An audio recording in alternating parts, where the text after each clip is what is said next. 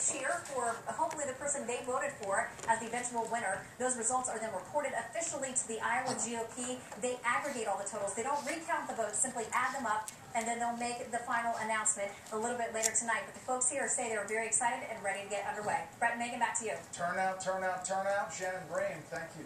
It happens so quickly. The last time around, Barack Obama won Iowa, and when the Democrats were caucusing, and they knew within an hour, 20 minutes, it was announced. So hopefully we will get results pretty quickly tonight as well, and we'll be able to bring those to you.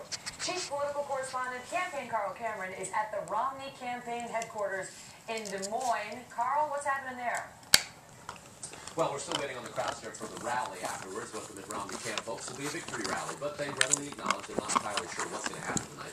They hope to win, and frankly, for the Romney campaign, anything short of second would be a real setback. He came in second 4 years ago in Iowa. This time around, he hasn't spent as much money, nowhere near as much time as he did last time, nor really as much time in Iowa as any of his rival candidates.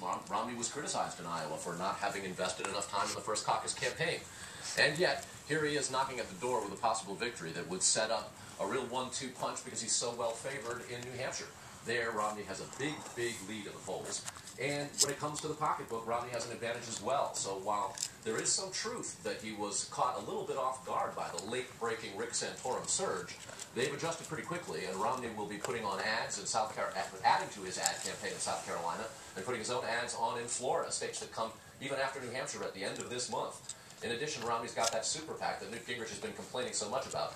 It's independent from his campaign, but it's done an awful lot of damage to his rivals, and it's helped Romney in these subsequent states. So, if he comes in first, obviously that's great. Second equals what he did last time. Third would be a huge setback and raise questions about whether or not Ron Paul really does have the long-term viability that many Republicans say he does not, and whether or not Rick Santorum can raise the money and build the national organization to really sustain his surge into the top three.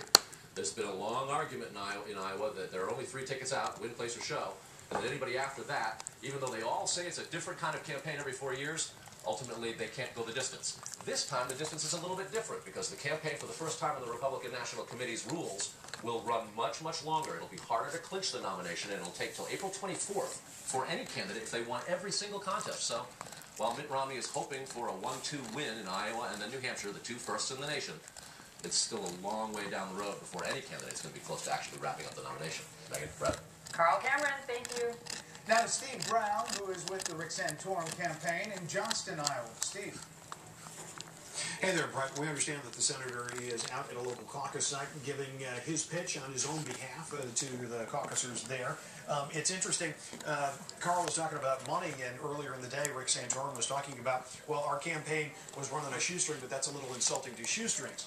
The only thing that Santorum had to spend a lot of the time was his time, and he spent a lot of it here in Iowa. Over 375 different town hall events all across the state. Was easily the first to visit all 99 counties, and that pretty much was his reputation as a person who had put in the work, but people weren't all that familiar with or didn't seem to coalesce around until recently in the polls. Now all of a sudden he's riding that surge that we've been talking about.